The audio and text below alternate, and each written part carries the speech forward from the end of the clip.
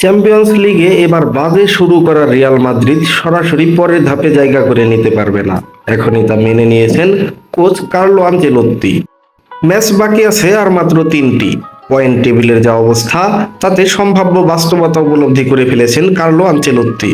Real Madrid coach নিজেই বলেছেন champions লিগে শীর্ষ 8 থেকে সরাসরি পরের ধাপে যেতে পারবে না তার দল। তবে প্লে অফ জিতে শেষ 16 যেতে আত্মবিশ্বাসী টুর্নামেন্টের ইতিহাসের সফলতম কোচ। মৌসুমের শুরুতেই চোট জর্জর রিয়াল মাদ্রিদ মাঠের ফুটবলের ধারাবাহিকতার অভাবে যেমন ভুগছে লা লিগায়, তেমনি আরও বাজে অবস্থা তাদের চ্যাম্পিয়ন্স লিগে।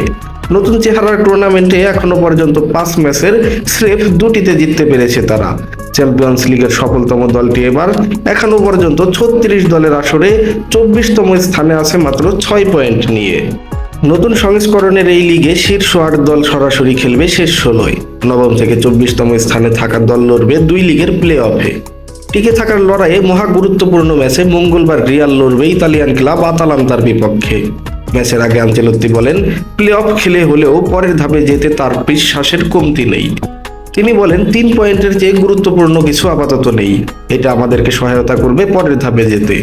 দুর্ভাগ্যজনকভাবে বাড়তি একটি প্লে অফ রাউন্ড খেলতে হবে আমাদের, তবে সমস্যা নেই, দলের উপর আমার বিশ্বাস প্রবল।